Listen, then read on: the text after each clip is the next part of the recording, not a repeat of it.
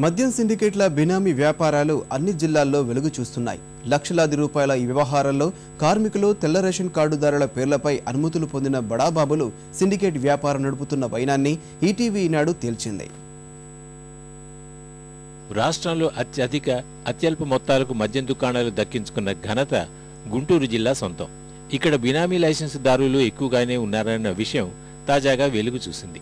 మద్యం దుకాణాల లైసెన్సులను పరిశీలించాలని అవినీతి నిరోధక శాఖ రాష్ట్ర ప్రభుత్వ ఉన్నతాధికారుల నుంచి వచ్చిన ఆదేశాలతో పౌర సరఫరాల అధికారులు క్షేత్రస్థాయిలో తనిఖీలు జరిపారు.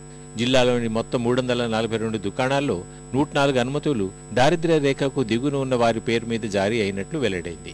ఈ విషయమై జిల్లా యంత్రాంగం త్వరలోనే ప్రభుత్వానికి సమగ్ర నివేదిక పంపనుంది. ఏసీబీ వాళ్ళు గుంటూరు జిల్లాలో 342 అప్లికేషన్లు ఇస్తూ వీళ్ళందరికీ ఏం రేషన్ కార్డు ఉన్నాయని చెప్పి అడిగారు.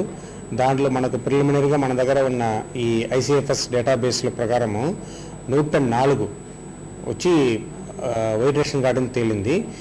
104 కాకుండా మిగతా ఉండేది కూడా మనం సిఎస్డిటీ వాళ్ళందరూ కూడా వాళ్ళు ఇచ్చిన అడ్రస్కి పంపించి వెరిఫై చేసి వాళ్ళకి ఏ కార్డు ఉందని చెప్పి చూడమని చెప్పడం జరిగింది. వాళ్ళు ఈరోజు ఈవినింగ్ లోపల రిపోర్ట్ ఇస్తారు. రేపు ఫైనల్ రిపోర్ట్ మనము ఏసీ వాళ్ళకి పంపిస్తాం. జిల్లాలోని మద్యం వ్యాపారులు వారి దుకాణాల్లో పనిచేస్తున్న సిబ్బంది, బంధువులు ఇతర పేర్లను కాసులు కుమ్మరించే వ్యాపారానికి పావులుగా వాడుకుంటున్నారు. ఈ బినామీల భాగోతంలో పాత్రధారుల బండారం బయటపడుతున్నా అసలు సూత్రధారులు తెర మీదకు రాకుండా తప్పించుకుంటున్నారు. పీసీసీ అధ్యక్షుడు బొత్స సొంత జిల్లా మొదలు రాష్ట్రమంతా ఇదే పరిస్థితి నడుస్తోందని తెలుగుదేశం విమర్శిస్తోంది. వైట్ కార్డు హోల్డర్స్ ఉన్నారు. వైట్ కార్డు హోల్డర్ అంటే పేదవాడు. అటువంటి వైట్ కార్డు హోల్డర్స్ పేరు మీద మద్యం బినామీ షాపులు తీసుకొని దాదాపు ఈ జిల్లాలోనే దాదాపు 130 దాకా షాప్స్ ఉన్నాయని చెప్తా ఉన్నారు.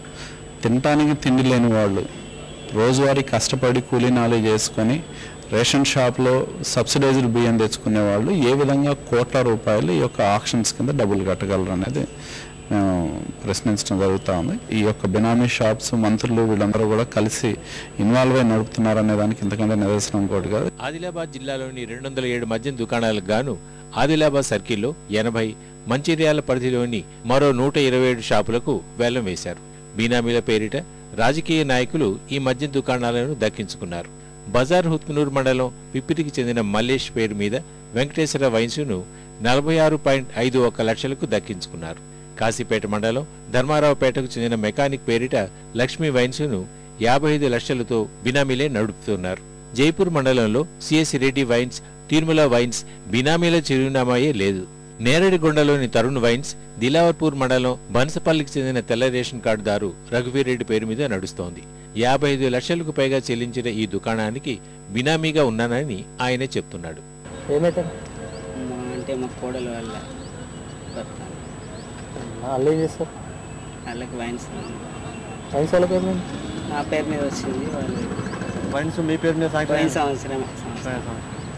జిల్లా అబ్కారీ శాఖాధికారులకు ఈ అక్రమ భాగోతాలు తెలిసినా మామూళ్ల మత్తులో జోగుతుండడం వల్ల వెలుగులోకి రావడం లేదు.